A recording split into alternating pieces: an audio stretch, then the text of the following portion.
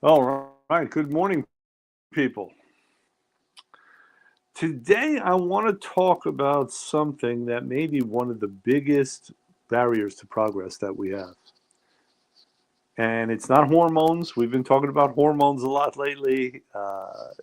It's not age. It's not metabolism. It's something called fixed ideas. And some of you have heard of this. Some of you haven't. But fixed ideas are essentially beliefs that enter the mind somehow, right? It could have been educated into us, authority figures, past experiences, just something that seemed right at the time, something that we accepted, we allowed in. These days, of course, a lot of it's from the internet, which might explain why there are some funky ideas out there. But the problem with these fixed ideas is that they never update. They get in there and they solidify. They don't change, they don't adapt, they don't respond to new information, even if they're not correct. It doesn't matter if a fixed idea is correct or not. The point is, it's fixed. And I have a lot of experience with this because I have to deal with this every day. And I don't want to whine, right? I understand it's part of the job.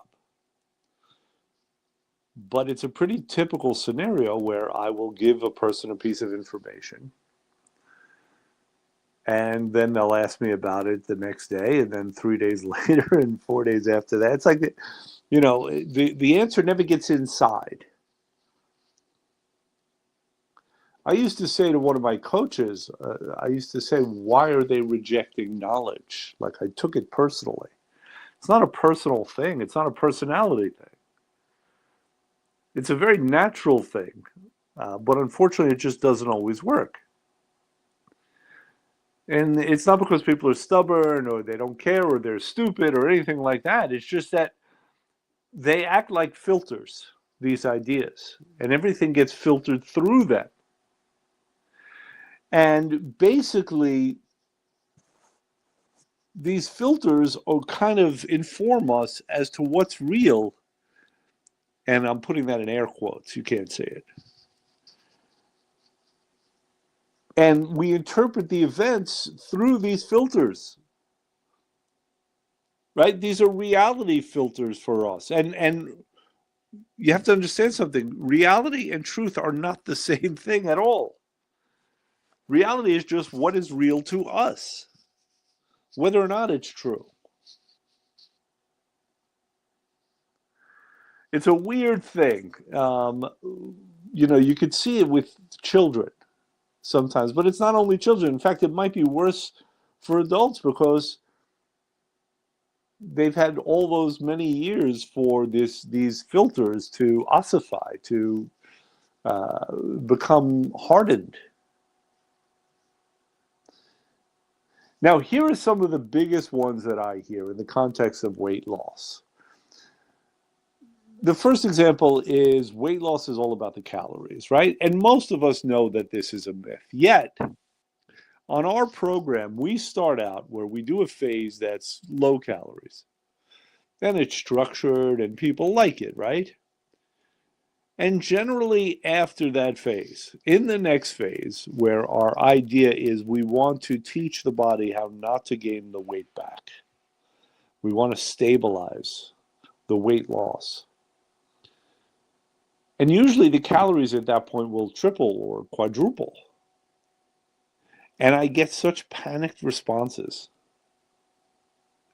You know, I've even at times apologized to a person beforehand because I know what's coming. They'll hear the number, maybe it's 2,000 calories. And they'll be like, "Oh my God, I'm gonna gain weight. Why would you do that?"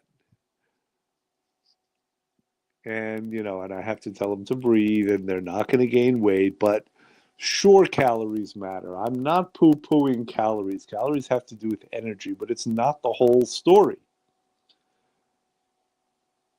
And what we find out is that when those calories are the right kinds of calories, the person doesn't gain weight. They're able to stabilize their weight, which is the goal. And sometimes calories go down and the scale doesn't move. And that makes people panicky also. Because we think of it as this very linear thing. Because that's what we've been told. And just because you lower calories, if you don't lose weight, and I'm talking about in general, I'm not even talking about on our program, it doesn't mean you've done something wrong. I mean, you may not have done the best thing for your body. It may not be what your body needs, right? If you're having the wrong kinds of calories, if your life circumstances are such that your body's in this constant fight or flight state and it goes into defense mode where it doesn't want to lose fat. Those are things too. If your metabolism has slowed down, there's a lot of reasons why it could be. Right?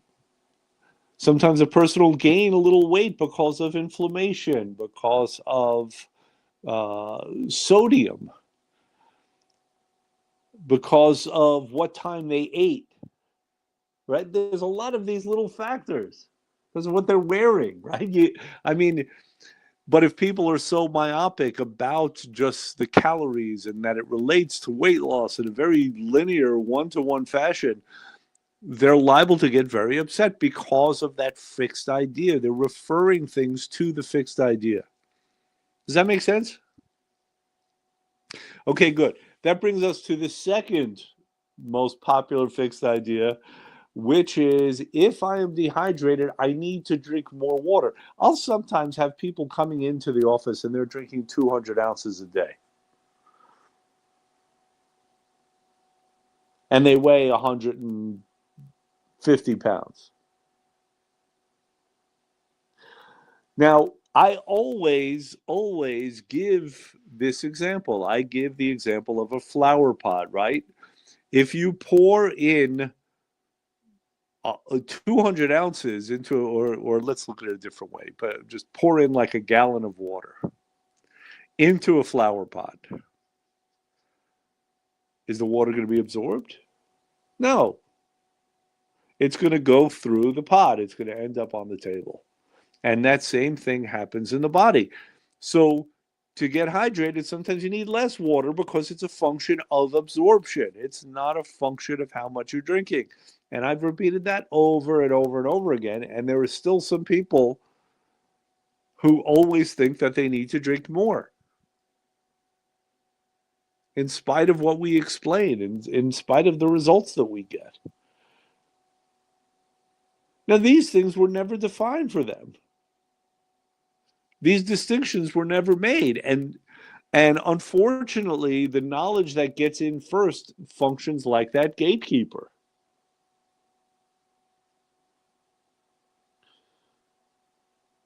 And again, that's not wrong. In fact, that's not a function of intelligence. It's a function of structure, and it's a function of survival. Basically, we build these structures of knowledge, right? The things we know, and we live out of those structures.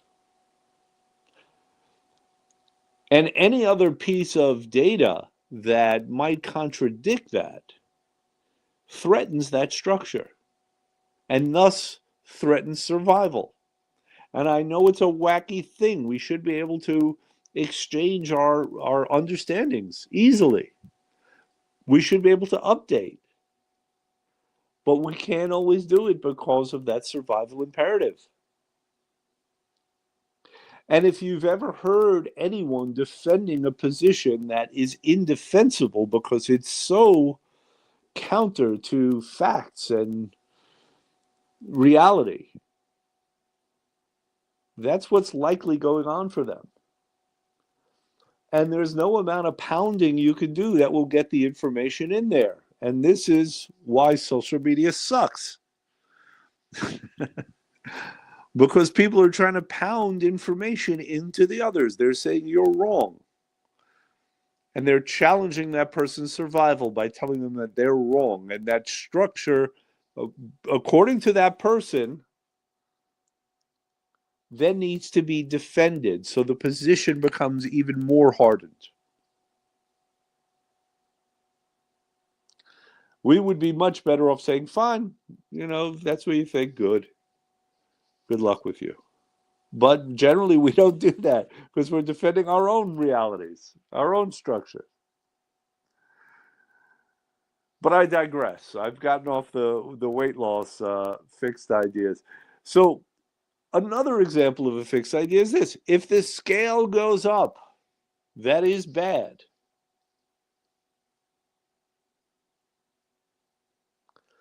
Now let's think about this for a minute. Why would the scale go up? Well, it could be because you've gained fat. That would be bad. But it could be for a whole bunch of other reasons. If you go out and exercise, well, your joints might become inflamed. And that inflammation has weight. Could be because you've gained muscle. That would be a very good thing. Or you've become hydrated. That would be a very good thing also. So there's a lot of things that could have you gain weight. So temporary weight gain is certainly not a tragedy. It's often the best thing that could happen.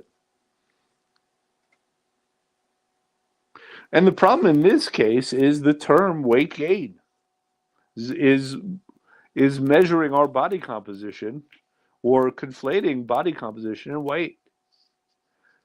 Those are not the same things. And I think this is one that people know intellectually, but in practice, they just can't get it.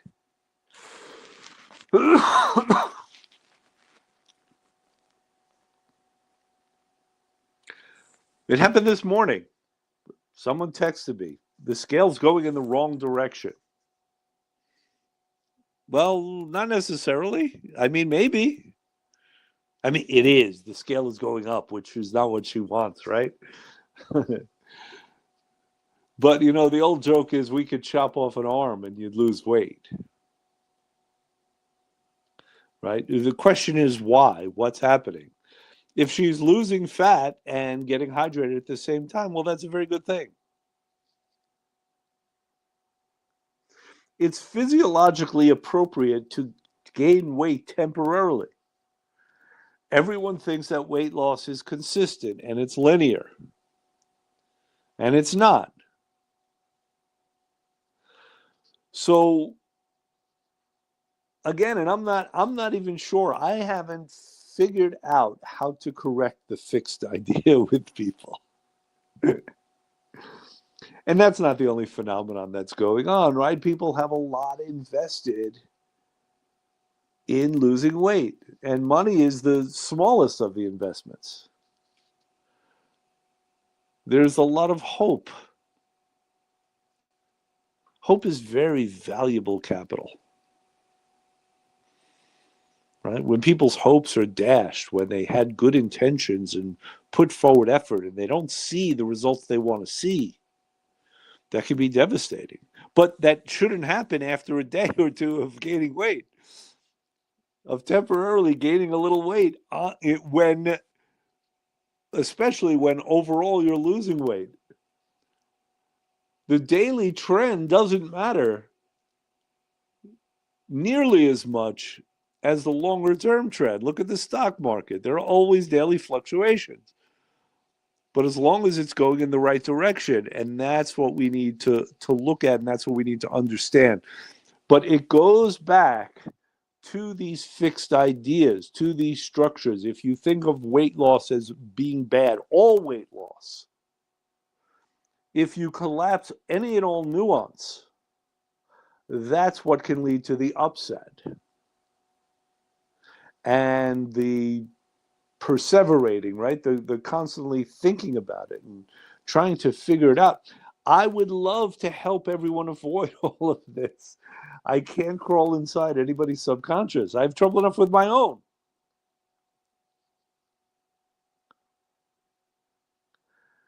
So the question then becomes, how do we make understanding, true understanding, how do we make that the thing we're operating out of, as opposed to fixed ideas?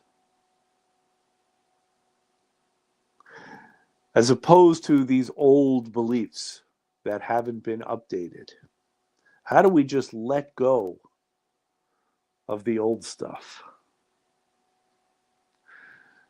Now, I wish I had some very easy answer for that. I wish I could tell you, well, just follow this 2-step program and you will get there. But then I would be bullshitting you. Truth is, I don't know. I have ideas about it. On a good day, I'm able to give up my own fixed ideas and replace it with a higher understanding. I'm able to see from a different place. I think we all are. We all have moments of insight, enlightenment. But if we talk about making that permanent, making that the standard, now we're probably getting into the realm of the spirit. And that is way too much for a snowy Monday. Those are lifetime pursuits very often. So sometimes the biggest barrier is not what you're doing. It has more to do with meaning, with what you believe something means, especially when the information is limited